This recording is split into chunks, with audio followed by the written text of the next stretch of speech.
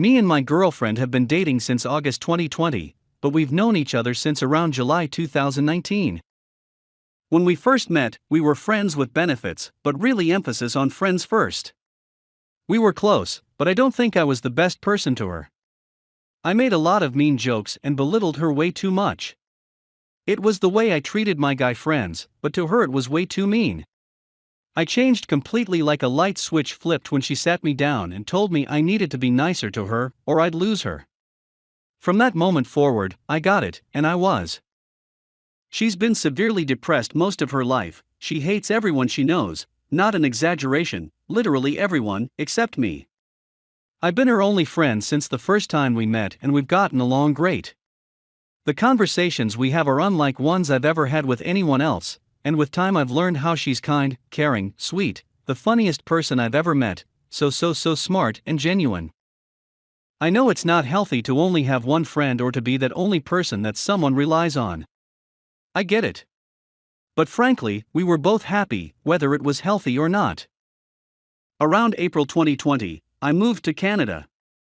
We still weren't official, but it was hard for both of us.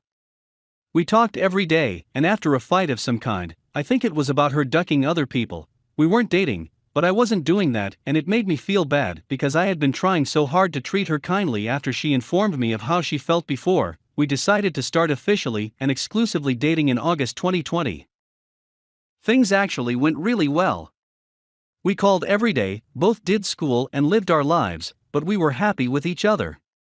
I felt very capable of doing long distance. I became more and more reliant on her as time went on. She's been my best friend and closest friend for so long, I didn't really need anyone else. I had other friends and acquaintances and people to talk to, but at the end of the day she was the only one that mattered. She comforted me, made me laugh, made me happy, and made my life better every day. When the border closed and she realized we wouldn't be able to see each other for Christmas like we'd been planning, she got really down, and I tried to comfort her. She started believing the border would never open or, secretly to herself, she thought we wouldn't last until it did. These doubts are still a shock to me because we were only a few months in and I felt rock solid. This is when she decided to cheat, where she assumed a fake identity and went out. It was in mid-November 2020 that she downloaded Tinder secretly and started ducking other people, 2 to be exact, 1 once and 1 repeated times. This continued all the way into January 2021, and she estimated it happened a total of 5 times, but I don't really trust it just because it. I had no idea, her being a good liar plus my busy schedule plus long distance. She says she did it because she had nothing to do, which was true at the time, and it gave her a sense of meaning. She wasn't going to school and she had no friends, so she spent every day inside alone when I wasn't on my phone. I still don't accept that excuse or forgive her, but it's some reasoning. She says she got obsessed to the feeling of having something to do, even if she hated what she was doing. Going through Christmas and her birthday, which was also in December, which I made a really thoughtful gift for and spent a lot of time on, she was cheating and lying to me every day, and I had no idea. She felt really remorseful for what she had done, and it was eating away at her, making her depression worse. It got so bad she ended up checking herself into a residential treatment center in January. I never knew that was why. She got out a month later, feeling guilty and horrible and no better, but still hiding it from me. She stopped responding to her side chick's texts, the guy who she'd go back to every once in a while, but she kept him on Snapchat. Not responding and leaving him on read, but not unadding or blocking. I still had no idea about any of this. Time keeps going by, I still think everything is great, and I'm super happy with our relationship. She seems super happy too, as dependent on me as I am on her. I felt like the way we got each other was perfect. I know we're young, but we were planning on getting married once we were both through college and financially stable. One night at the beach when she was wasted with her girlfriend, who we'd talked about maybe having a 3 guys with, she kissed her girlfriend. She lied about it for about a week when I asked her directly because she had acted weird, but she eventually confessed. I was angry, but I let it go considering she was drunk, and it was the only instance of cheating I knew about. Time goes by, we work things out, she feels really guilty, things go back to normal, and we're good. Eventually, we see the border is opening in July, and I halt a lot of my plans and screw myself a little for the future so that I can travel to go see her. 9 days before this, she texts her side chick some pictures of her friend, yes, the same one from before, because her friend apparently wanted to hook up with him. She didn't do anything, but it bothers me that they were in contact at all. I went to see her, we lived together for 3 weeks, life is great and things are going amazing. I leave and she actually comes back to Canada and lives with me for another 3 weeks. Things go great, life is great, all is well. I still have no idea of what happened. She decides she wants to come to Canada for my birthday and Halloween, they're a day apart, so she finds enough money to make it happen. She gives me really sweet and thoughtful gifts, and a wonderful card. A week goes by and I don't remember why, but for whatever reason, when she was asleep I decided to go through her phone. I didn't expect to find anything at all, I felt stupid while I was doing it, but then when looking at her emails I found a Tinder verification code from a year ago. I checked the camera roll from a year ago, and then I check some messages, and I find everything. I ask her to leave me alone for the day, I tell her I know what happened, and I'd like some space to think to myself. She listens and feels horrible. Later I talk to her, asking for details and all that. She gives them, visually I can see she feels horrible during this. I spend my time thinking and eventually decide that when she goes back home we need to take a break. I tell her that I might sleep with other people during this break, and she is not allowed to. She accepts this, but makes some rules, nothing in our bed, no cuddling, they were things she avoided with her cheats. The rules seemed fair enough, they proved she only did hers for the sake of doing something, she had no emotional connection with them at all, she actually hated them. She went home 3 weeks ago. I haven't slept with anyone else, I don't really want to. I've had chances via Tinder, but it's just not something that would make me happy. I broke our break 2 days in because I was miserable not talking to her, I felt so alone. She comforted me and answered any questions I wanted and carried conversations to make me feel better. She let me be mad and yell at her, and we'd only call when I wanted to. I've entered a pretty severe depression since she's been gone and I've been alone, struggling to eat, sleep, or find motivation for anything. That's everything that's happened. Oh, one last thing, the dirty talk that we used together, which was her idea, was the same dirty talk she used with them. IDK, just one last tidbit that made me feel extra worthless and used. These are my thoughts, it's my decision if I want the relationship to continue. I moderately trust her not to cheat again, though if she wanted to it's not like I'd have any way of knowing, but I don't know how to forgive her for what she did already. I don't know if I can, and I don't know if the relationship can continue. Here are some of my feelings since finding out, empty/hollow inside, unmotivated to do anything at all, really, anger, the angriest I've ever been. Pure rage. Any small thing can set it off and ruin a whole day, regret, forever treating her with the kindness I did. She did a horrible thing and got away with it for so long, and I was treated like a queen while she was getting away with it. Conflict, I don't think she's replaceable in any way.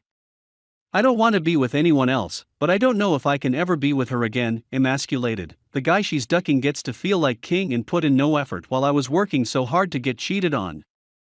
I'm a ducking loser. I am pathetic. Lack of trust, I had no idea before, how would I ever know to pick up on it again? She's too good a liar, manipulated into thinking I could trust her. I hate being touched by her in any way. I hate when she looks at me or talks to me or anything. It just makes me think of how she did that with other people. We have reached the end of the story. Let's listen to some of the comments by our Reddit listeners. Comment 1. Bro, you're very young, just end it with her, believe me you'll feel better over time and meet better people who would never cheat on you. And please don't cheat on her, cheating for revenge will always make you feel the same miserable way she does. And remember that cheaters only have remorse when they're caught, they only shed crocodile tears. Always remember that, and it will make it easier for you to move on. Comment 2.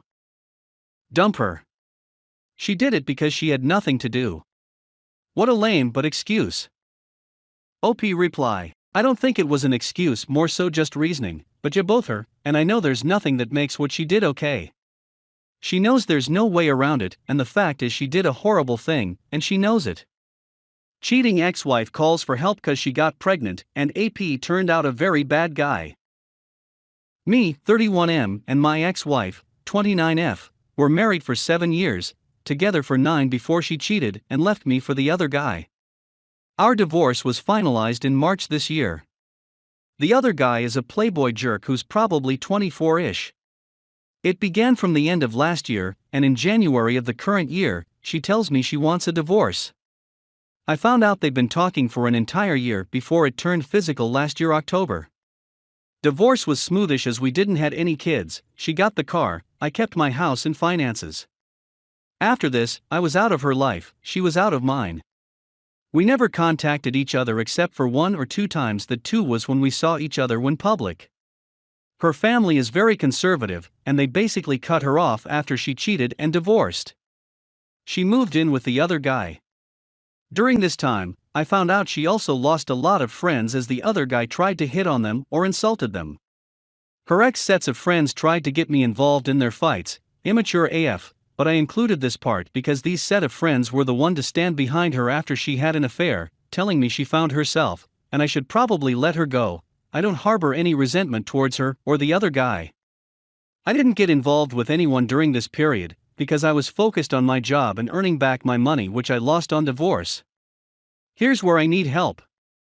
2 days back, I get a call from one of my ex-wife's friends who told me my ex-wife wanted my number. I changed it after divorce. She didn't say much when I asked her why, and told me she needed to talk. I thought it was important as, mind you, we never had any contacts, so suddenly her wanting to talk to me created a sense of seriousness for which I tell her to give my number. Yesterday my ex-wife called, she sounded very creepy for real, she didn't have the voice she used to but it was broken, you could sense something was wrong. So I asked her what's up and she broke down crying. Went on from telling how great things were to how things are now.